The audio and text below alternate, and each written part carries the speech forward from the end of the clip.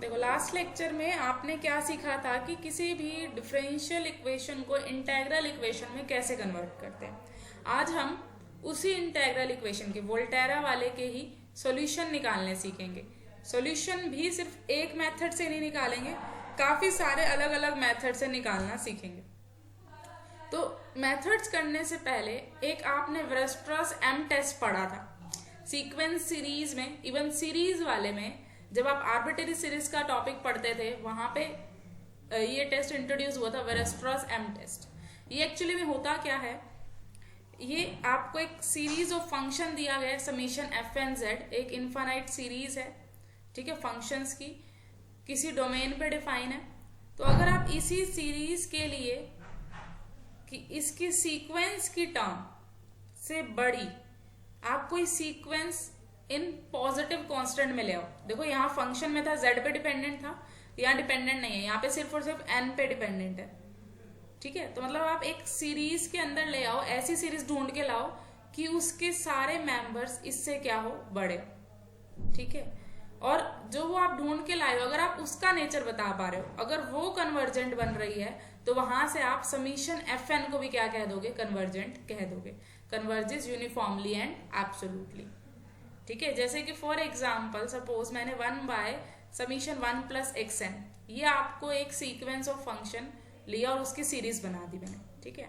आपको इस सीरीज को बताना है कन्वर्जेंट होगा या नहीं होगा ऑन x बिलोंग टू 0 1, 0 से 1 तक मैंने x लिया, आपको उस पर बताना है। देखो अगर मैं वैसे जर्नली देखूं तो इसकी जो समीशन वाली सीरीज है ना, अगर हम ध्यान से देखें इस टर्म को हमें देखना है कि इससे बड़ी आपको कोई मिल जाए, तो इसको मैं कुछ इस तरीके से लिख सकती हूँ, ठीक है, कि 1/x की n ऐसे लिख सकते हैं। और भी इसको हम आगे एक्सप्लेन करें, x की n पे बात डिपेंडेंट चली गई है, ये इसको क्या आप बता सकते हो इसका नेचर x बिलोंग टू 0 1 के लिए। ये चीज इससे लेस तो हो गई 1/x की n से, क्योंकि मैंने नीचे से सिर्फ 1 रिमूव किया है। इसका नेचर जो है बाय जीपी टेस्ट, अगर आपको ज्योमेट्रिक प्रोग्रेशन टेस्ट याद हो, ये वाली चीज 1/x वाली, इसकी होल पावर n है, x बिलोंग टू 0 1 है, तो ये कन्वर्जेंट हो जाता था 0 1 के अंदर। तो उसी वजह से अगर ये कन्वर्जेंट है तो ये भी क्या हो जाएगा, कन्वर्जेंट हो जाएगा। इट मीन्स हमें करना क्या है, उस सीक्वेंस ऑफ फंक्शन के लिए हमें एक ऐसी सीक्वेंस ही निकालनी है कि उनके बीच में आप कंपैरिजन कर रहे हो, वो वाली बड़ी है, ठीक है। तो जो बड़े वाली अगर आप उसका नेचर कह रहे हो कन्वर्जेंट, और आप समीशन एफ एन का नेचर भी क्या कह दोगे, uniformly and absolutely convergent in D. ये सिर्फ और सिर्फ आपको कुछ आगे ज्यादा यूज नहीं होगा इसका, लेकिन जो हम अगली थ्योरम प्रूफ करेंगे ना उसके अंदर इसका यूज है। जस्ट ये एक प्रूफ का पार्ट है जिसको हम अप्लाई करेंगे आगे, ठीक है। बट वैसे कोई लॉजिकली अगर आप आगे क्वेश्चन सॉल्व करोगे उसमें कोई यूज नहीं होना। मेन बस थ्योरम के प्रूफ के लिए हमने थ्योरम रिकॉल किया, दैट इज वेरस्ट्रास एम टेस्ट वाली। चलो तो थ्योरम देखते हैं क्या है, किस तरीके से हेल्पफुल रहेगा। देखो हमें सॉल्यूशन निकालना है वोल्टेरा इंटीग्रल इक्वेशन का। आप जर्नल वोल्टेरा इंटीग्रल इक्वेशन कुछ इसी टाइप की होती है अगर जानते हो तो। मैंने ये कौन सी टाइप की ली है, सेकेंड काइंड की ली है, जिसमें नॉन होमोजीनियस पार्ट भी है। तो non homogeneous Volterra integral equation of second kind, जिसमें a भी कांस्टेंट है और लैम्डा भी एक कांस्टेंट है। ये कर्नल हो गया आपका और अपर लिमिट x हो गई, वोल्टेरा इक्वेशन हो गई, ठीक है। अब यहां से अगर मैं देखूं डिफाइन कहां पे है, ये जो ये fx है ये एक फंक्शन है, नॉन फंक्शन। मैंने आपको पहले ही बताया था कि ये वाला हमें बस फाइंड करना होगा ux, बाकी सब आपको ऑलरेडी पता होगा। तो यहाँ पे जो fx है ये एक non zero real valued continuous function है, किसी इंटरवल पे डिफाइन है। साथ साथ जो kx xi है ये भी आपका नॉन फंक्शन है, ये भी एक non zero real valued continuous function है, जो किस पे डिफाइन होगा, x और xi दोनों की लिमिट चाहिए। तो x मान लो a से b तक, xi भी a से b तक। तो कुछ इस तरीके से हो गया, x वाला यहाँ पे मान लो, xi वाला y एक्सिस पे मान लो। तो x भी a से b तक है और xi भी a से b तक है, तो कुछ ये वाला रीजन बन गया, इतना इस रीजन में ये डिफाइन है। और साथ साथ हमने एक कंडीशन और लगाई है कि अगर हमें ये कंडीशन में मिल जाए कि जो kx xi है ना, जो कर्नल है वो बाउंडेड हो जाए, less than equal to m हो जाए। क्या क्या कंडीशन कही है हमने, कि जो नॉन होमोजीनियस वोल्टेरा इक्वेशन है उसमें जो नॉन होमोजीनियस पार्ट है वो कॉन्टिन्यूस हो ऑन इंटरवल ए बी, जो आपके पास कर्नल है वो भी कॉन्टिन्यूस हो on rectangle a to b वाली रेंज पे, एक्स की भी ए टू बी और एक्स आई की भी ए टू बी, और साथ साथ आपने ये भी कंडीशन कही है कि जो k है वो बाउंडेड हो जाए, के एक्स एक्स आई का mod less than equal to m हो जाए। तो अगर आपको ये सारी कंडीशन एक नॉन होमोजीनियस इक्वेशन में मिलती है, देन इस इक्वेशन का आपको पक्का एक कॉन्टिन्यूअस सॉल्यूशन मिलेगा, one and only one continuous solution you x पक्का मिलेगा। और वो सॉल्यूशन किससे दिया जाएगा? वो जो सॉल्यूशन आएगा वो absolutely and uniform convergent series में आएगा। और कैसे सॉल्यूशन आएगा? U X is equal to F x plus lambda A to X K x T F T D T plus lambda square this this this. ये भी आप show करोगे, अभी थोड़ी देर में आप शो करोगे। एक्चुअली में आपको क्या क्या लेके चलना है, आपको एक नॉन होमोजेनियस वोल्टेरा इक्वेशन लेके चलनी है सेकंड काइंड की, जिसमें आपको ये कंडीशन गिवन है, एफ एक्स कॉन्टिन्यूअस है, कि एक्स एक्स आई भी कॉन्टिन्यूअस है और वो बाउंडेड भी है। तो आपको ये प्रूव करना होगा कि अगर ये सारी कंडीशन हमारे पास एक नॉन होमोजेनियस इक्वेशन में है, तो आप प्रूव करो कि ऐसी इक्वेशन का कम से कम एक कॉन्टिन्यूअस सॉल्यूशन मिलेगा, और वो सॉल्यूशन किस तरीके से होगा? Absolutely and uniform convergent series से दिया जाएगा, और ये सॉल्यूशन होगा। आपको ये प्रूव करना है। तो जो ये सॉल्यूशन आपको दिख रहा है, हम दो तरीके से प्रूव कर सकते हैं, either method of successive substitution और सक्सेसिव अप्रोक्सीमेशन, दोनों तरीके से आप प्रूव कर सकते हो। सब्स्टिट्यूशन का मीनिंग आप जानते हो कि कुछ पुट कर करके आप आंसर निकालो। अप्रोक्सीमेशन का मीनिंग क्या होता है कि आपने एक स्टेप में जो आंसर निकाला, दूसरे में फिर उसका अप्रोक्सीमेट यूज करके, तीसरा फिर आपने निकाला, फिर आपने एक एनालाइज कर लिया कि अप्रोक्स सॉल्यूशन क्या है। तो इन दोनों मेथड से हम इसको वेरीफाई करेंगे ये सॉल्यूशन आ रहा है नहीं आ रहा है। तो पहले मेथड को लेके चलते हैं, मेथड ऑफ सक्सेसिव सब्स्टिट्यूशन। क्या स्टेटमेंट समझ आइए सभी को? हमें करना क्या है? Yes ma'am. Yes ma'am. तो सक्सेसिव सब्स्टिट्यूशन पे यस मैम। ओके, तो आपको ये इक्वेशन गिवन थी, U X is equal to F x plus lambda A to X K x T U T D T, यही इक्वेशन थी आपके पास। देखो सॉल्यूशन को थोड़ा सा ऑब्जर्व करो, सॉल्यूशन बना कैसे हुआ। जो सॉल्यूशन आ रहा है, पहली टर्म तो सेम ही है, एफ एक्स ही रही है। ये था आपके पास इक्वेशन जो ओरिजिनल थी, ठीक है, ये इक्वेशन है आपके पास, और आपका जो सॉल्यूशन है वो कुछ इस तरीके से आया हुआ ये वाला। तो ऑब्जर्व करो, एफ एक्स तो एफ एक्स ही रहा है, लैम्डा लैम्डा ही है, यहाँ पे u की जगह पे एफ टी आ गया, तो कहीं ना कहीं ये u को गायब करके आपको एफ टी लाना है। फिर आगे सॉल्यूशन लैम्डा स्क्वायर में बन गया, अगली लाइन, फिर उसमें एक बार और कर्नल आ गया, फिर एक और एफ आ गया, और ऐसे चलते चलते फिर 3 कर्नल आएंगे, फिर 4, इस तरीके से काम चल रहा है, और एफ सब में साथ में आ रहा है, ठीक है। अब सब्स्टिट्यूशन का मीनिंग क्या होता है? कुछ ना कुछ पुट करो। अब मुझे यहाँ से दिख रहा है कि मैं इसी के अंदर अगर ये पूरा ही पुट कर दूं, एक्चुअली में यू एक्स आपको गिवन है, आप इसी में x को t से रिप्लेस कर दो, तो आपको ये मिल जाएगा f T plus lambda A to T के x को आपने t से रिप्लेस कर दिया, तो t को एक नया वेरिएबल t1 पुट कर दो, क्योंकि अंदर जो t है उसको फिर हमें डमी वेरिएबल बनाना पड़ेगा t1, ut1 dt1, ठीक है। ये आपको वैल्यू मिल गई ut की, और ये ut की जो वैल्यू आपको मिली है t पुट करके, इसको यहाँ पे पुट कर दो ना, इसी के अंदर वापस सब्स्टिट्यूट कर दो। तो सब्स्टिट्यूट करते हैं हम इसी के अंदर ut की वैल्यू। देखो ये एज इट इज, ये एज इट इज, ये एज इट इज, ये एज इट इज, जो ये ut था इसकी जगह पे हमने ये पूरी वैल्यू पुट कर दी है। यहाँ पे पुट करोगे F T plus lambda A to T K T T one U T one D T one, और ये बाहर वाला डी टी बाहर ही आ गया। अब इसके बाद देखो जैसे हमने पुट किया क्या बन गया, एफ एक्स प्लस, यहाँ प्लस आएगा, lambda integration a to x, अब इसको इससे अंदर मल्टीप्लाई कर दिया तो एफ टी डी टी हो गया, और इसको इससे मल्टीप्लाई करेंगे तो लैम्डा स्क्वायर बन जाएगा। देखो lambda square a to x a to t, यहाँ पे ए टू टी आ गया, के एक्स टी, फिर यहाँ पे के T T one U T one D T one D T, 2 तक सॉल्यूशन मिल गया। अब अगला, अगर आपको क्यूब वाली पावर चाहिए तो क्या करोगे आप? अब की बार आप इसमें पुट कर दो यू टी वन में, ठीक है ना। तो यू टी वन की वैल्यू कैसे निकलेगी आपकी? यू टी वन की वैल्यू निकालने के लिए अब की बार आप क्या करोगे? इसके अंदर फिर टी वन पुट कर दो, पहले वाली इक्वेशन में, फर्स्ट इक्वेशन में, ठीक है ना। आप क्या करो, t1 पुट कर दो अब की बार, तो अब की बार यहाँ पे u t1 यहाँ t1 बनेगा a से t1, ठीक है। तो यहाँ पे क्या कर दो, t1 t2 नया वेरिएबल ले लो, t2। अब जो ये आपकी u t1 की वैल्यू आई है वो यहाँ पे पुट करो, ठीक है। तो इस तरीके से आपने नेक्स्ट स्टेप में जैसे पुट किया, फिर लैम्डा क्यूब वाली टर्म आ गई, फिर वहां पे u t2 बन गया। अब आप u t2 की वैल्यू निकालो, इसमें t2 पुट करके, फिर जो वैल्यू आएगी उसको यहाँ पे पुट करो, फिर आपको लैम्डा 4 वाली टर्म मिल जाएगी। तो ऐसे चलते चलते proceeding in the same way after n step, हमें क्या मिल जाएगा, लैम्डा n तक हम पहुंच जाएंगे, ठीक है। और इवन अगर आप ध्यान से देखो, 2 ही स्टेप में आपकी क्यूब वाली टर्म आ गई, तो n स्टेप में आपकी n+1 वाली टर्म भी आएगी, ठीक है ना। तो n टर्म तक तो हमें साफ दिख रहा है, कैसे लिख रहे हैं हम, जैसे 2 टर्म तक हमने लिखा था तो 2 डबल इंटीग्रेशन आएगा, 2 कर्नल आ जाएंगे और f आएगा, t1 t आ गया। तो ऐसे जब आप n स्टेप पे जाओगे तो लैम्डा n, ये n इंटीग्रेशन आ गया ना, ध्यान से देखो। जैसे अगर आप यहाँ पे a से x, a से t, फिर a से t1 आता है, फिर a से t2, तो ऐसे यहाँ पे a से x, a से t, a से t1 आएगा अगला, और लास्ट जाएगा n-2 तक, क्योंकि ये n-2 हो गए, ये एक और हो गया और ये एक और हो गया, तो टोटल n ही हो गए, टोटल n ही हो गए ना, n-2 + 1 + 1, ये हो गया आपकी n वाली टर्म, kxt kt t1 चलते चलते लास्ट n-1 तक। जैसे यहाँ पे लास्ट t2 तक था, यहाँ t1 पे गए थे तो यहाँ t2 तक आया था, ऐसे यहाँ पे n-2 तक है तो यहाँ पे क्या आएगा, n-1 तक आएगा f के अंदर। बाकी d वाले सारी टर्म लिख दो। तो ये लास्ट में जो टर्म लिखी है इसने n+1th वाली लिखी है, तो आप n+1 वाले को अलग नाम दे दो Rn+1, जहाँ पे Rn+1 वाले की क्या वैल्यू है, लैम्डा की n+1, a2x a2t a2t n-1, अगली वाली लिख रहे हो बस उससे, kxt kt t1, इससे नेक्स्ट पे जाके रुको, अब ये n-1 था, आप n पे रुको, tn dtn एंड सो, ठीक है। चाहो तो आप यहीं पे लिख लो, इसको अलग नाम नहीं देना तो आप अलग नाम दे भी सकते हो, ठीक है।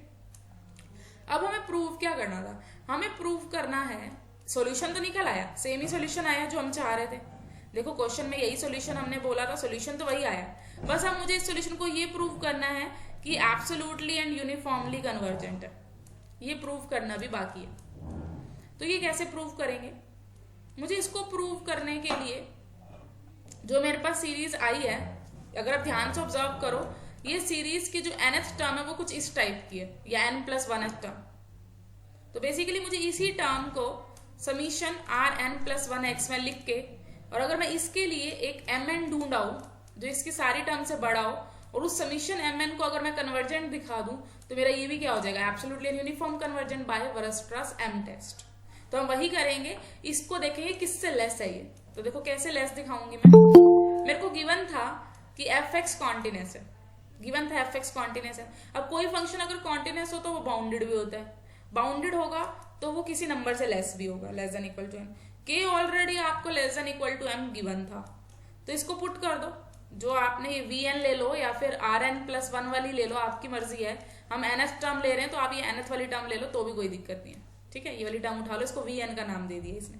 तो देखो लेस देन इक्वल टू किससे आ गया, अगर मैं ध्यान से देखूं, less than equal to lambda n, ठीक है, kxt less than equal to m था, और ये बाकी सारे देखूं तो ये भी लेस देन m, ये भी लेस देन m, कितनी बार है ये, 1 2 कितने हैं ये, अप टू जा रहे हैं n-1 तक, तो n-1 से 1 तक, तो ये n-1 टर्म होगी, और एक ये वाली टर्म और होगी, n टर्म होगी, तो m की n होगी पावर।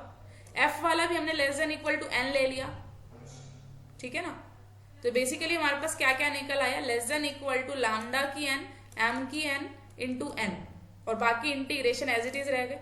इस इंटीग्रेशन को अगर आप सॉल्व करोगे तो क्या आंसर आएगा आपका, अगर आप ध्यान से देखो, आप इस इंटीग्रेशन को, जैसे मान लो 2 ही इंटीग्रेशन है, ठीक है, एक बार ये सोचो, चलो 2 ही इंटीग्रेशन है और लिमिट है आपके पास a to t a to x, suppose ये लिमिट है, तो इसको आप कैसे सॉल्व करते थे इस इंटीग्रेशन के लिमिट को।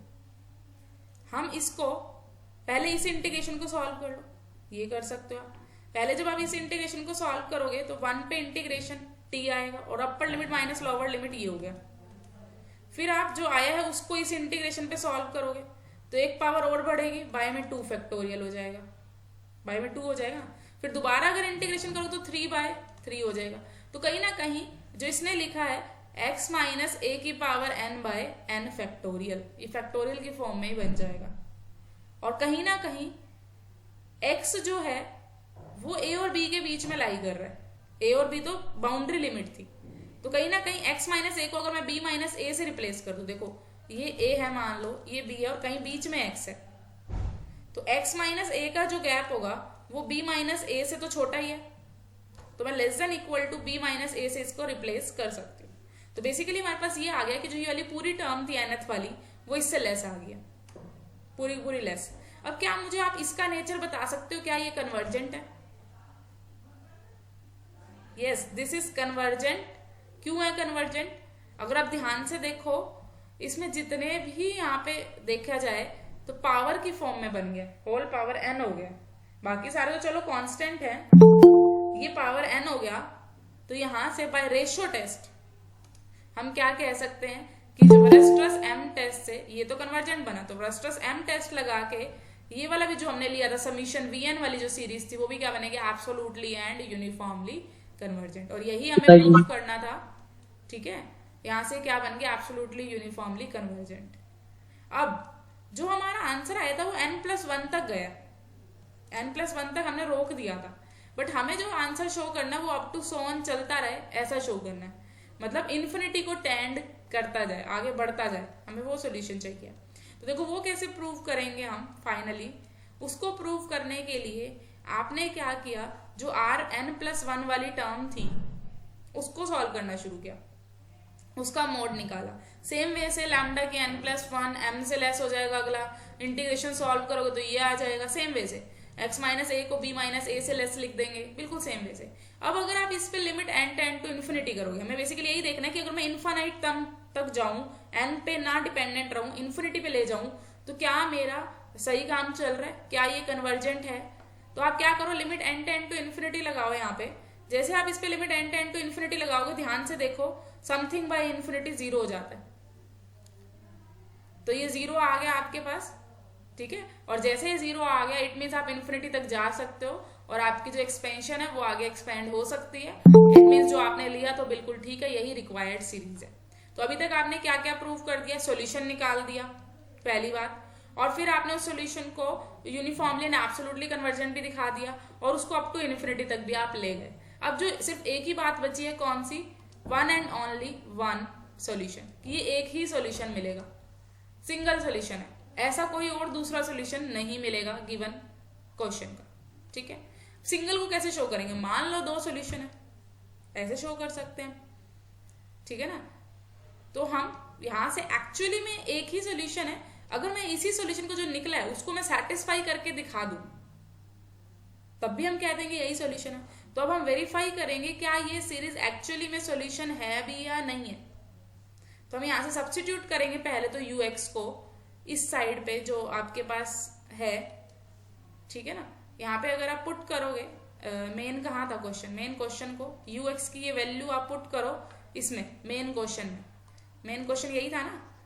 तो इसके अंदर आप अगर ये सीरीज पुट करते हो यहाँ पे राइट हैंड साइड में, तो देखो क्या वही सेम आंसर बना है, ux के इक्वल आ रहा है या नहीं आ रहा है। तो देखो ऑब्वियस सी बात है, जैसे आप पुट करोगे, बनाए हमने उसी से, सब्स्टिट्यूट ही हमने उसी से किया, तो आएगा ही आएगा, ठीक है। तो ये स्टेप आप सेल्फ ट्राई करना कि क्या करना है आपको, जस्ट उसमें पुट जैसे हमने कर रखा है ऐसे ही पुट करना है। अब आप इसको खोलोगे तो यही आ जाएगा, विच इज इक्वल टू किसके? ux के इक्वल है, तो right hand side left hand side के इक्वल आ गई, यही हमें दिखाना था। अब इसको यूनिक वाली जो बात हमने दोनों की इकट्ठी प्रूव करके, यूनिक वाली लास्ट में यहाँ पे यूनिकनेस हमने दोनों की इकट्ठी प्रूव की है, दोनों मेथड्स की। तो पहले यूनिकनेस को देख लेते हैं। चलो मान लिया मैंने इसी इक्वेशन का एक अनदर सॉल्यूशन vx भी मिल रहा है, ठीक है। अब 2 अलग अलग सॉल्यूशन है, तो उसको यूनिक कैसे दिखाएंगे? पहले मैं सेकंड मेथड पे चलूंगी, फिर उससे दोनों को क्या ले आऊंगी? इक्वल ले आऊंगी, मेरा प्रूफ कंप्लीट हो जाएगा यूनिकनेस वाला, ठीक है। तो सेकंड मेथड को लेके चलते हैं। हमने अभी तक किया है सक्सेसिव सब्स्टिट्यूशन वाला, एक बार ट्राई कर लेना दोबारा से खुद से भी, ठीक है। फिर भी कोई प्रॉब्लम आए you can ask. Successive approximation पे चलते हैं। इसमें आपको क्या करना है, इस मेथड में एक अप्रोक्स सॉल्यूशन लेट कर लेना है। कुछ भी आप लेट करो, जो आपका मन आए, जो भी आपका मन आए, आप कोई भी एक सॉल्यूशन लेट कर लेना। मोस्ट ऑफ द क्वेश्चंस में देखो, जब आप क्वेश्चन करोगे तो आप पहला सॉल्यूशन 0 मान के चलना, जो आप लेट करोगे, अप्रोक्स जो सॉल्यूशन आप लेट करोगे, क्योंकि 0 से काम बहुत सारे आसान हो जाता है। अभी तो हम कह रहे हैं लेट हमने कर लिया, let u is equal to u not be the first solution. 0th approximation हमने लेट कर लिया, ठीक है, u नॉट। तो अगर ये सॉल्यूशन है, इसको सेटिस्फाई करेगा, ठीक है। तो मैंने इसके अंदर पुट कर दिया u नॉट, जैसे पुट के उससे एक नया सॉल्यूशन आ गया u1, let be the first approximation be u1। इसमें करना क्या है आपको, इस तरह के क्वेश्चन में जब भी सक्सेसिव अप्रोक्सीमेशन से आपको सॉल्व करना हो, पहला सॉल्यूशन आप खुद लेट कीजिए, फिर जो आंसर आएगा उसको आप पुट करेंगे, वो अगला सॉल्यूशन बन जाएगा, जैसे यहाँ पे मैंने पहला u0 लेट किया, उसको जैसे ही मैंने पुट किया मेरा u1 बन गया। अब मैं u1 को जैसे ही पुट करूंगी मेरा u2 बन जाएगा। इस तरीके से n-1 वाले को पुट करूंगी मेरा un बन जाएगा। ठीक है, इस तरीके के रिलेशन को हम बोलते हैं रेकरेंस रिलेशन। अब देखते हैं कि इन तरह से, इस फॉर्मेट से चलने से कैसे आपका सॉल्यूशन ये रिक्वायर्ड वाला आएगा जो हम चाह रहे हैं। हम इस टाइप का सॉल्यूशन चाह रहे थे ना, कहाँ पे है पीछे, हाँ, हम ये वाला सॉल्यूशन चाह रहे हैं। तो देखते हैं इस प्रोसेस से चलने पे कैसे हमें ये सॉल्यूशन मिलेगा। और इस सॉल्यूशन को हम एब्सोल्युटली यूनिफॉर्म कन्वर्जेंट प्रूव कर चुके हैं। अगर पेपर में आता है by method of successive approximation करो, तो सेम ही स्टेप करने हैं आपको यूनिफॉर्मली कन्वर्जेंट प्रूव करने के लिए। एब्सोल्युटली यूनिफॉर्म कन्वर्जेंट प्रूव करने के लिए दोनों क्वेश्चन में सेम ही स्टेप करने हैं। यूनिकनेस प्रूव करने के लिए दोनों ही क्वेश्चन में सेम ही स्टेप करने हैं, बस दोनों के मेथड अलग अलग हैं। पहले में आप मेथड कर रहे हो सब्स्टिट्यूशन वाला, जिसमें आप क्या कर रहे हो, सब्स्टिट्यूट कर रहे हो, इधर से u t निकाल के वापस इधर पुट कर रहे हो, बस यही कर रहे हो आप गिवन इक्वेशन में, सब्स्टिट्यूशन में। तो लेकिन अप्रोक्सीमेशन में क्या कर रहे हो, पहला सॉल्यूशन खुद लेट कर रहे हो, उससे नया सॉल्यूशन आ रहा है, तो नए को पुट करके एक और नया सॉल्यूशन आ रहा है, फिर तीसरे को पुट करके फिर एक और नया सॉल्यूशन आ रहा है। तो उस मेथड से देखते हैं कि क्या हमारी ये सीरीज मिल पाएगी। अब हमें वो देखना है। तो देखो यहाँ पे हमारे पास क्या क्या है, हमने ये पुट किया तो ये मिला, ठीक है। अब स्टार्ट करते हैं हमारे क्वेश्चन को। देखो मैं यहीं से स्टार्ट कर रही हूँ, ठीक है। अब मुझे un-1 चाहिए, क्या बता सकते हो un-1 क्या बनेगा? ध्यान से देखो, un-1 बनेगा fx plus lambda a2x kxt, यहाँ क्या आ जाएगा un-2t dt, यही आएगा ना। अभी बताया था कि नेक्स्ट सोल्यूशन निकालने के लिए आपको उससे पहले वाला सोल्यूशन पुट करना है बस। तो एक काम करते हैं, ये वाली वैल्यू हम यहाँ पे पुट कर देते हैं। अब की बार आपको लास्ट से चलना है। जैसे आप ये वाली वैल्यू यहाँ पे पुट करेंगे, देखो हमने पुट कर दी इसकी जगह पे, तो क्या आ जाएगा यहाँ पे लैम्डा, इनकी प्रोडक्ट होके यहाँ पे लैम्डा स्क्वायर आ जाएगा। फिर अब आपको un-3 की वैल्यू पुट करनी है, जिसमें आ जाएगा un-4 वाली टर्म, मतलब लैम्डा क्यूब वाली आ जाएगी जैसे आई हुई है। इसी तरीके से चलते चलते बैक सब्स्टिट्यूशन करते करते फाइनली आप सेम स्टेप पे पहुंच जाओगे जो आपने पहले किए थे। तो बस इसके बाद तो सेम ही है, वही Rn लो, वही उसको आप क्या दिखाओ, टेंडिंग टू 0, उस वजह से वहां पे चला जाएगा। अप्रोचिंग लिमिट आपने दिखा दी है यहाँ से, ठीक है। तो इसलिए सीरीज क्या हो गया, एब्सोल्युटली एंड यूनिफॉर्मली कन्वर्जेंट। और यहाँ से जो आपकी राइट हैंड साइड है वो क्या आ गई, सॉल्यूशन आ चुकी है। तो बाकी सारे स्टेप सेम है, बस स्टार्टिंग का पॉइंट इसमें अलग है, वो आप एक बार ध्यान से देख लेना क्या करना है। अब चलते हैं यूनिकनेस की तरफ, कि यूनिकनेस कैसे प्रूव करेंगे। तो वोल्टेरा इक्वेशन में मान लिया हमने एक नया सोल्यूशन है Vx, उसका अनदर सोल्यूशन। अब एक बात बताइए, अगर मैं यहाँ पे चॉइस कर लूँ, we make by our choice, कि जो मेरा 0th अप्रोक्सीमेशन है वो Vx है, मैंने लेट कर लिया, ठीक है। अब अगर ये Vx है पहला ही, u0 is equal to Vx, तो जो आप दूसरा निकालोगे u2, वो भी दोबारा Vx आ जाएगा इसी तरीके से, क्योंकि सॉल्यूशन ही तो है, ये भी सॉल्यूशन है, ये भी सॉल्यूशन है, ये भी सॉल्यूशन है, सारे सॉल्यूशन है, उसमें पुट करने पे सेटिस्फाई कर रहे हैं, तो ये सारे के सारे Vx बन जाएंगे। और जब आप इस पर लिमिट लगाओगे तो ये ux ही बन जाएगा और ये Vx, तो दोनों इक्वल ही हो गए। तो यूनिकनेस भी प्रूव हो चुकी है। तो यूनिकनेस कोई बड़ी बात नहीं है, मेनली आपको मेन स्टेप करने थे। एक काम करते हैं, क्वेश्चन करते हैं, ताकि आपको स्टेप्स क्लियर हो कि हमें करना क्या है। मैंने सिर्फ और सिर्फ आपको मेथड्स इसलिए एक्सप्लेन किए हैं, कई बार पेपर में एक्सप्लेन करना आ जाता है, explain the solution of Volterra integral equation by the method of successive approximation, ये स्टेटमेंट आ सकती है। या फिर ये स्टेटमेंट आ सकती है, explain the solution of Volterra equation by method of successive substitution, ठीक है, ये स्टेटमेंट्स आ सकती हैं।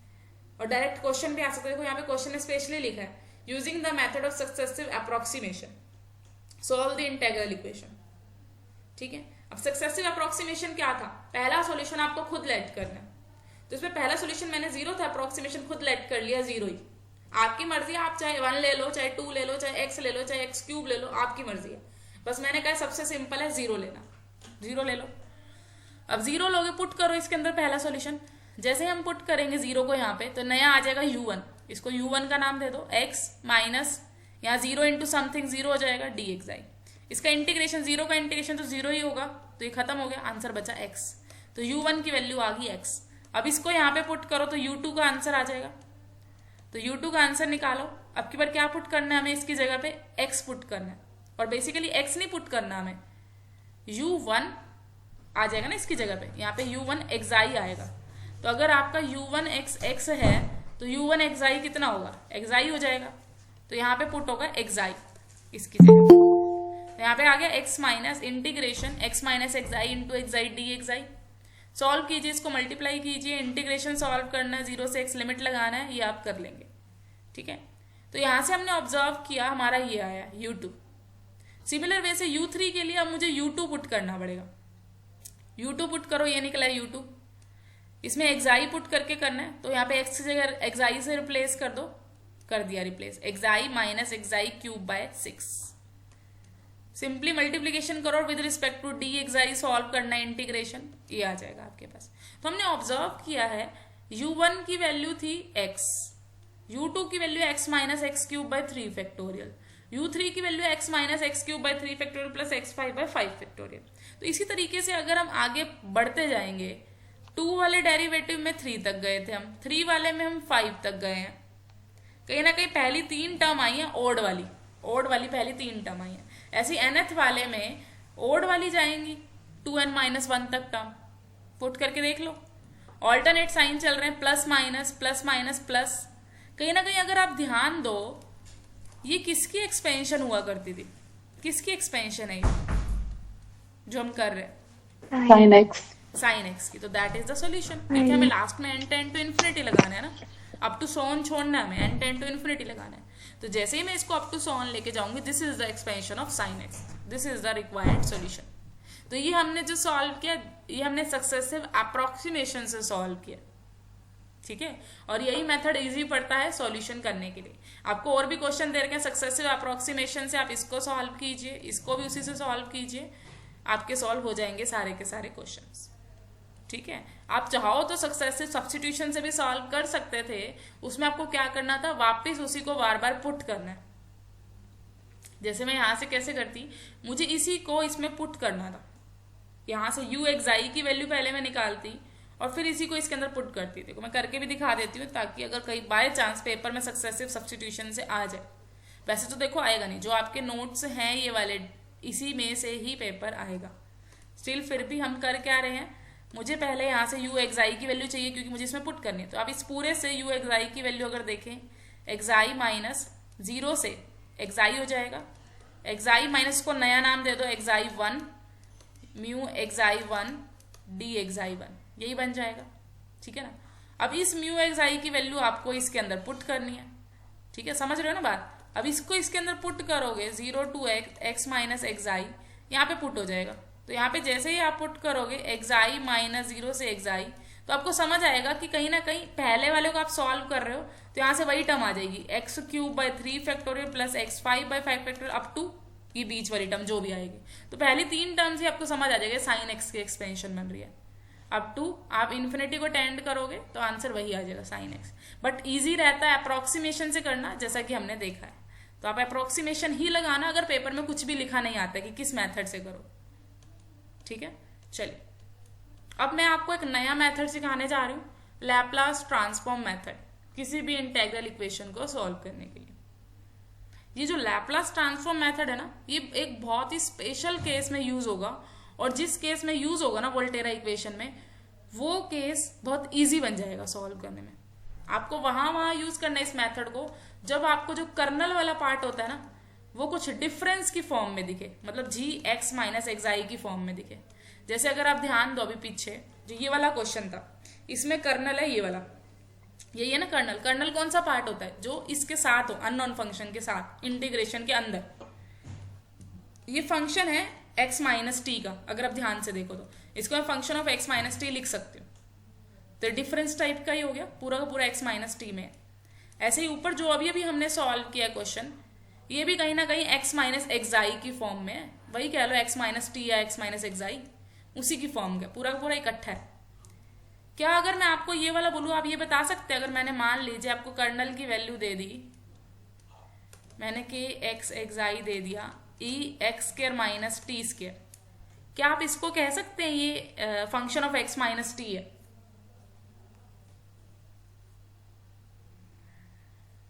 x square minus t square can be written as x minus t into x plus t.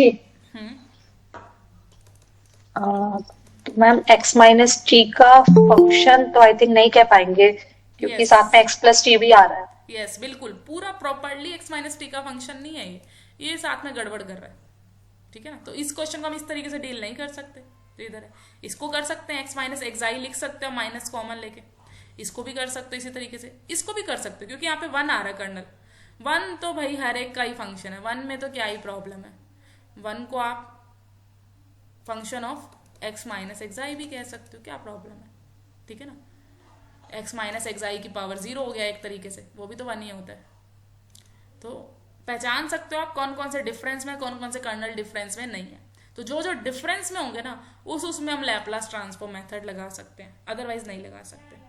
तो यहाँ से जो लैपलास ट्रांसफॉर्म मेथड है उसके लिए आपको कुछ बेसिक चीजें सीखनी होंगी कि लैपलास ट्रांसफॉर्म होता क्या है, कुछ फंक्शंस के लैपलास ट्रांसफॉर्म मैंने आपको याद भी होने चाहिए।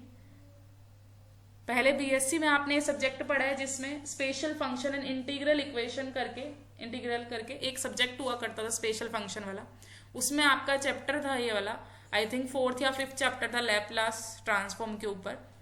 किसी भी फंक्शन का अगर आपको लैपलास ट्रांसफॉर्म निकालना है over any interval 0 to infinity, तो कैसे निकलेगा वो, इंटीग्रेशन 0 से इन्फिनिटी e की minus S x F x D x, वहां होता था e की minus S T F T D T, बात एक ही है। डमी वेरिएबल यहाँ t ले लिया, यहाँ पे x ले लिया, ठीक है, एक ही बात है। तो ये x के अंदर फाइनल आंसर आएगा s में, आप देख रहे हैं यहाँ पे s क्या होता है, लैपलास वेरिएबल होता है या लैपलास पैरामीटर होता है। इसी का इनवर्स लैपलास भी हमें पता होने चाहिए, निकालने आने चाहिए, ठीक है, वो हो जाएगा fx, इसी का just reverse process.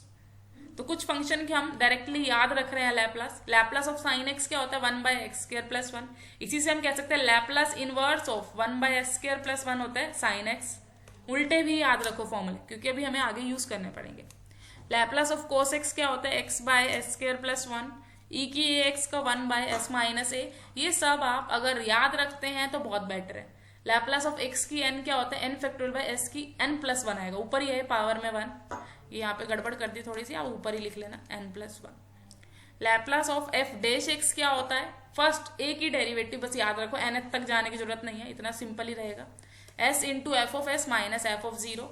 Laplace of 1 कितना होता है, 1/s।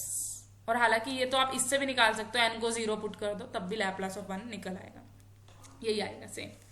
अब कॉन्वोल्यूशन क्या होता था, कॉन्वोल्यूशन ऑफ टू फंक्शंस अगर आपको लेना हो, f1 स्टार f2, वो कैसे लिया जाता है, f1 x minus एक्साई f2 एक्साई D एक्साई 0 to x। तो ये भी याद रखो।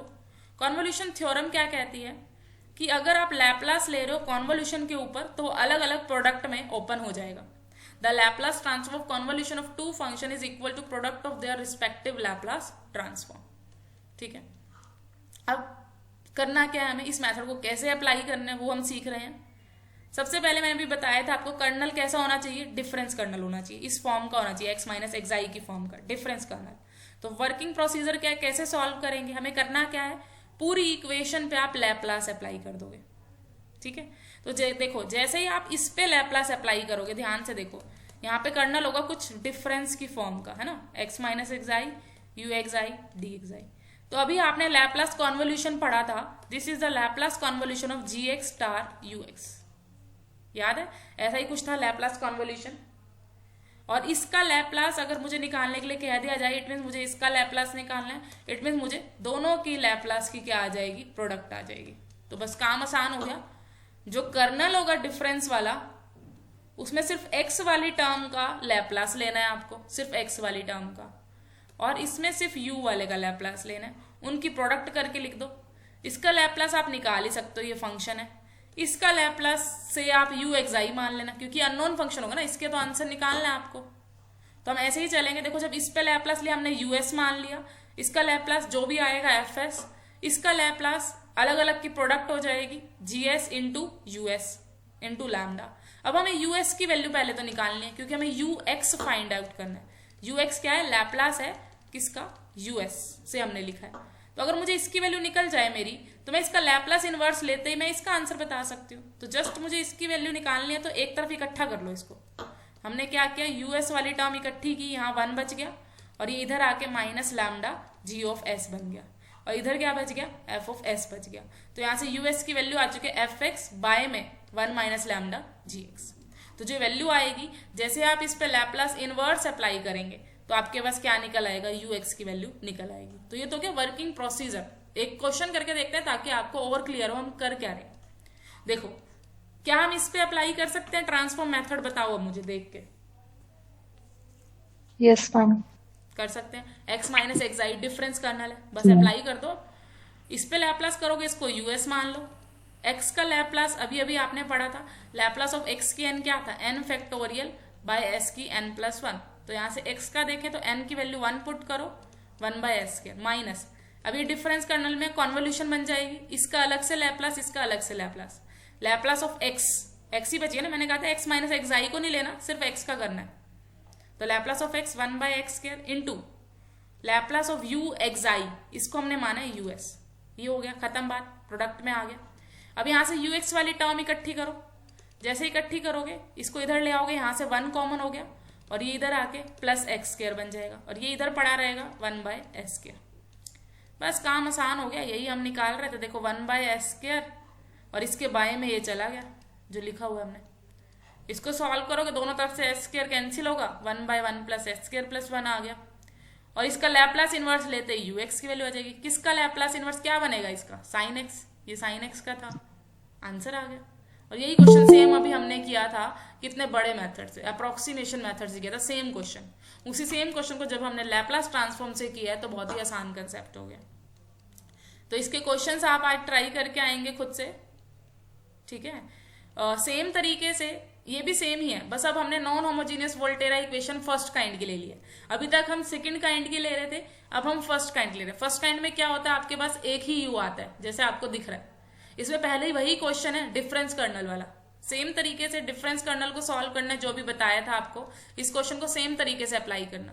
पूरे पे लैप्लास अप्लाई करो। लैप्लास ऑफ sin x आप जानते हैं 1/x² + 1 लैम्डा। इसमें e ऑफ x का लैप्लास होगा, e ऑफ x, ठीक है ना, कितना हो जाएगा 1/s-1 और इसका लैप्लास हो जाएगा us। बस us का आंसर आपको निकालना है। us का आंसर कैसे आएगा, इसको इस साइड ले जाओ, s-1 बाय में s² + 1 इंटू 1/λ, ये us का आंसर आ गया जैसे आपको दिख ही रहा है। अब 1/λ को बाहर रखो, एक बार इसके बाय में अलग से ले जाओ, इसके बाय में अलग से ले जाओ, ये हमें दिख रहा है। ये किसका, cos x की एक्सपेंशन होगी, ये sin x की होगी, निकल आया आंसर इनवर्स लेते ही, ठीक है ना, इनवर्स लैप्लास लेते ही आंसर निकल आया। तो सेम ही तरीका है सॉल्व करने का, जैसे आपने सेकंड काइंड वालों को सॉल्व किया था सेम वे से आप फर्स्ट काइंड को सॉल्व करेंगे। अब जो एक इंपॉर्टेंट थ्योरम आ रही है वो क्या कहती है कि हर फर्स्ट काइंड की इक्वेशन को आप सेकंड काइंड की इक्वेशन में कन्वर्ट कर सकते हो। हर फर्स्ट काइंड की इक्वेशन को आप Volterra equation of second kind में कन्वर्ट कर सकते हो। कैसे कन्वर्ट कर सकते हो वो हमें इस थ्योरम में प्रूव करना है। सिंपल है, बस एक बार आपने डिफरेंशिएशन करना है। ये आपको गिवन थी फर्स्ट काइंड की, क्या करो इसका डिफरेंशिएशन कर दो with respect to x using Leibniz rule, क्योंकि यहाँ एक्स में चल रहा डिफरेंशिएशन और हमें विद रिस्पेक्ट टू x करना है। तो यहाँ आ जाएगा df/dx। जब आप विद रिस्पेक्ट टू x करोगे तो पहले अंदर वाले का होगा, अब अंदर वाले का करना विद रिस्पेक्ट टू x, तो सिर्फ यही वाली x की टर्म है तो इसी का होगा। फिर अपर लिमिट पुट करोगे kxx ux और dx/dx 1, 0 तो हो गया कांस्टेंट, वो खत्म, ठीक है। तो यहां से इस वाली टर्म को तो ले आओ लेफ्ट हैंड साइड में, इस वाली टर्म को ले जाओ राइट हैंड साइड में, जैसे आप देख ही पा रहे हो, ठीक है। ux की वैल्यू निकालनी है तो इसको इधर ही रखो, बाकी सबको डिवाइड में कर दो। जैसे ही आपने डिवाइड में किया तो इसको ध्यान से देखो, ये नॉन होमोजीनियस पार्ट आ गया, इसको gx का नाम दे दो, इसको एक नया फंक्शन नाम दे दो कर्नल का, और इस पूरे को सॉरी, और जो ये बचेगा इसको u(xi) dxi। तो आपने फर्स्ट काइंड की इक्वेशन को सेकंड काइंड में कन्वर्ट कर दिया है, जिसमें रिलेशन क्या है, नॉन होमोजीनियस पार्ट इस तरीके से दिया जाएगा और जो कर्नल नए वाला आया वो इस तरीके से आया, पुराने कर्नल से इस तरीके से रिलेट है। तो आप हर फर्स्ट काइंड की इक्वेशन को सेकंड काइंड में कन्वर्ट कर सकते हो। सिर्फ आपको क्या करना है, सिर्फ आपको डिफरेंशिएशन करना है। तो जैसे अगला क्वेश्चन यही है कि आप इस इंटीग्रल इक्वेशन को सेकंड काइंड में कन्वर्ट करो और फिर उसका सोल्यूशन निकालो। तो आप इसको इक्वेशन को कन्वर्ट कर लीजिए, बस आपको डिफरेंशिएशन करना है, कर दो। sin x का cos x, इसका अंदर वाले का करोगे विद रिस्पेक्ट टू x पहले तो नेगेटिव साइन आ जाएगा, सॉरी नेगेटिव नहीं, e की पावर है, सिंपल हो जाएगा, वही सेम ही रहेगा। फिर अपर लिमिट पुट करोगे, e की x माइनस x 0 हो जाएगा और u(xi) वही लिखा हुआ है हमने ux, ठीक है। अब यहाँ से ux का आंसर निकालना है, इसको इधर ले जाओ, इसको इधर ले जाओ, खत्म बात। ये सेकंड काइंड की इक्वेशन बन चुकी है। इसका सॉल्यूशन आप निकाल सकते हो बाय यूजिंग डिफरेंस कर्नल या फिर अप्रोक्सीमेशन मेथड और बाय सब्स्टिट्यूशन मेथड, कर दो सॉल्व, ठीक है ना। तो ये क्वेश्चंस आपको ट्राई करने हैं रिजॉल्वेंट कर्नल का और रह गया आपका सिर्फ कंसेप्ट, जिसको हम कल की क्लास में लेके चलेंगे। ठीक है, रिजॉल्वेंट कर्नल का आपका कंसेप्ट रहता है, इसको हम नेक्स्ट क्लास में लेंगे। जस्ट छोटा सा ही है, आते ही पहले के 5 मिनट में, ये आज ही कर लेते हैं, चलो रुको, कंप्लीट हो जाएगा ये सेक्शन तो आज ही कर लेते हैं रिजॉल्वेंट कर्नल का। Method of iterative kernel, resolvent kernel to solve the Volterra integral equation. ठीक है, इसमें क्या कर रहे हो, आपको आइटरेटिव कर्नल निकालना है। एक कर्नल की हेल्प से दूसरा कर्नल, दूसरे कर्नल की हेल्प से तीसरा कर्नल, तीसरे कर्नल की हेल्प से चौथा कर्नल, फिर उसकी हेल्प से आप फाइनल सॉल्यूशन लिखोगे। ठीक है, तो करना क्या है, जैसे पहला कर्नल है वो तो सिंपल जो नॉर्मल कर्नल दे रखा है उसी के इक्वल रख दो। उसके बाद वाले जितने भी कर्नल निकालोगे उसका ये फॉर्मूला है। जैसे n+1th कर्नल, सपोज आपको सेकंड कर्नल निकालना है तो n की वैल्यू 1 पुट करो, k2 क्या निकलेगा आंसर, k2 x xi का, ध्यान देना लिमिट xi टू x, पहली बार मैंने लिया xi to x limit, xi to x, kxt ये तो ओरिजिनल वाला हो गया।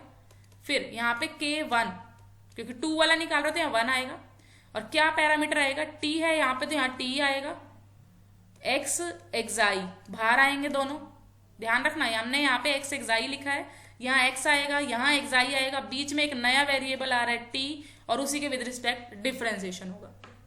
बहुत तरीके से याद रखना है इसको कि रिजॉल्वेंट कर्नल निकलेगा कैसे। उसके लिए पहले आपको आइटरेटिव कर्नल निकालने पड़ेंगे, और हर कर्नल को आप दूसरे कर्नल की हेल्प से निकालोगे।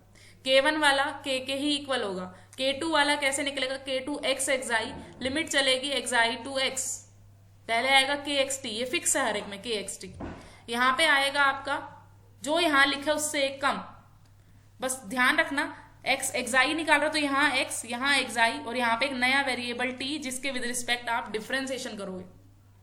ठीक है, तो इस तरीके से मान लो आपको k3 निकालना है तो k3 में क्या करोगे, xi टू x, ये kxt तो सेम ही रहेगा, यहाँ k2 आ जाएगा t टू xi dt, बस इतना फर्क हो जाएगा, k3 है तो यहाँ k2, अंदर वही प्रोसेस चलना है।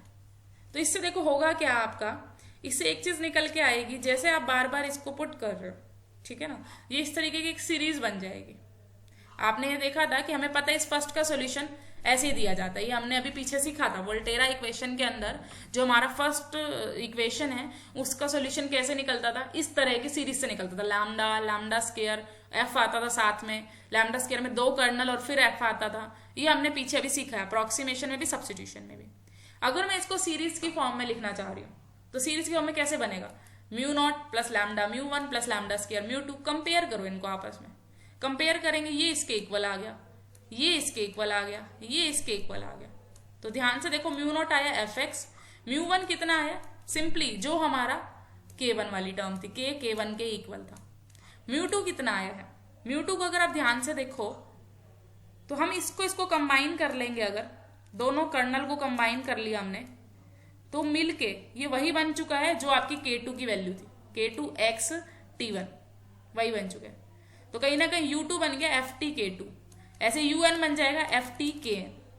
तो हमें यहाँ से समझ आया है, इसके अंदर पुट कर दो जो आपकी वैल्यू आई है, u0 की वैल्यू आई है fx, u1 की वैल्यू आई है आपकी ये वाली k1 वाली, u2 की वैल्यू आई है आपकी k2 वाली, तो वही सब हमने पुट कर दिया वापस। तो हमें यहाँ से ये समझ आया fx प्लस यहाँ से समीशन चल रहा है लैम्डा की पावर n, ठीक है ना, a2x kn xt ft dt, ये आया आपके पास।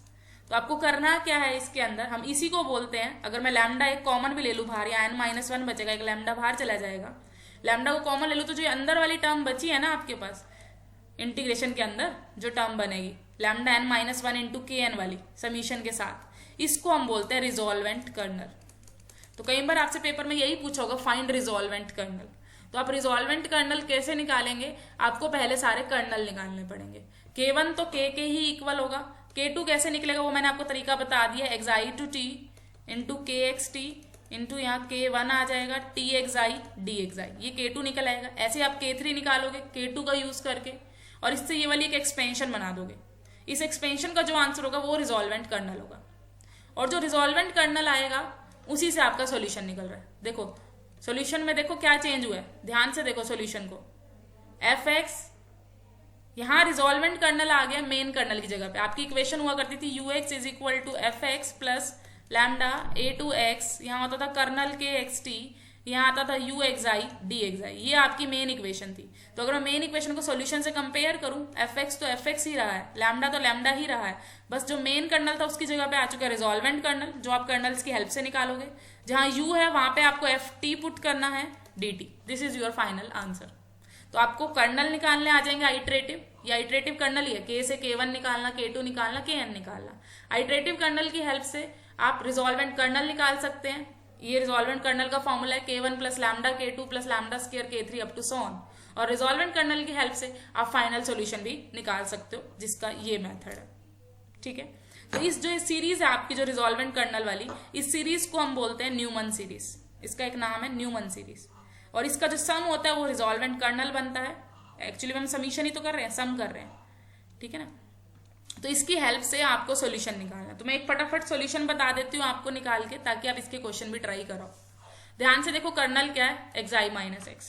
ठीक है, पहले बताया था K1 K के ही इक्वल होगा। अब अगर आपको K2 निकालना है, K2 कैसे निकालोगे, x i to x limit लगाओगे, k x t K1 T x i d T, यही फॉर्मूला था।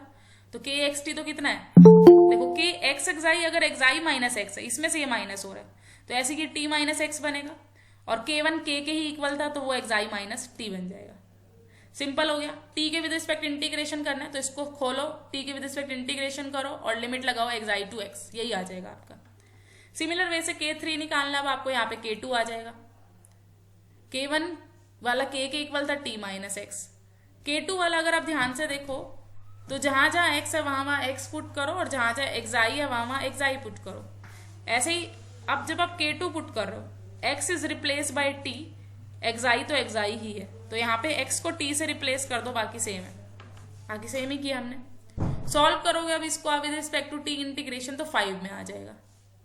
तो अगर आपने एक पैटर्न ऑब्जर्व किया, K1 में था पावर 1/1 फैक्टोरियल, K2 में आई है 3/3 factorial with negative sign, K3 में आई है 5/5 फैक्टोरियल।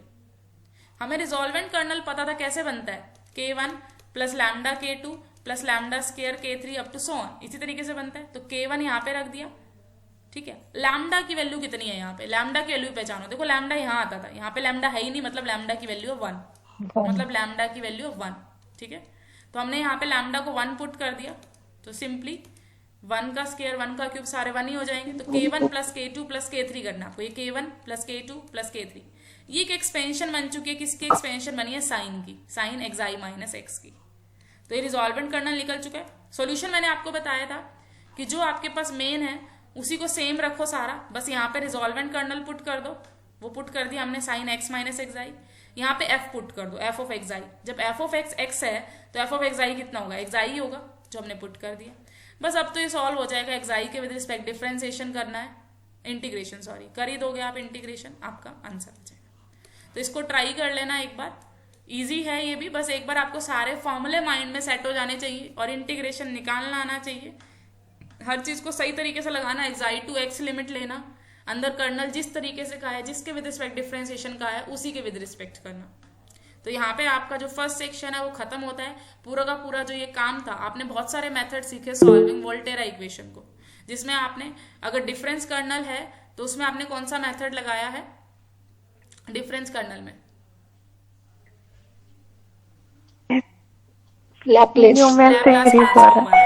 लैप्लास ट्रांसफॉर्म वाला। अगर कोई भी कर्नल है और आपको वोल्टेरा इक्वेशन को सॉल्व करना, तो उसके लिए सक्सेसिव अप्रोक्सीमेशन भी है और सक्सेसिव सब्स्टिट्यूशन भी है। और फिर आगे आपने पढ़ा कि हर फर्स्ट काइंड की इक्वेशन को आप सेकंड काइंड में कन्वर्ट करके सेम तरीके से सॉल्यूशन निकाल सकते हैं। लास्ट आपने अभी पढ़ा है कि आइटरेटिव कर्नल्स की हेल्प से हम रिजॉल्वेंट कर्नल निकाल के भी सॉल्यूशन निकाल सकते हैं। तो ये 3-4 मेथड ही हैं वोल्टेरा इक्वेशन को सॉल्व करने के लिए। वोल्टेरा इक्वेशन का आपका इतना ही काम है। आज वोल्टेरा इक्वेशन को खत्म करो। नेक्स्ट लेक्चर में हम फ्रेडहोल इंटीग्रल इक्वेशन पे काम करेंगे। सेम तरीके से चलेगा काम, बस लिमिट में चेंज हो जाएगा। सेम तरीके से उनको सॉल्व करना, उसके भी मेथड्स होंगे और सेम प्रोसीजर से उसको सॉल्व करना सीखेंगे।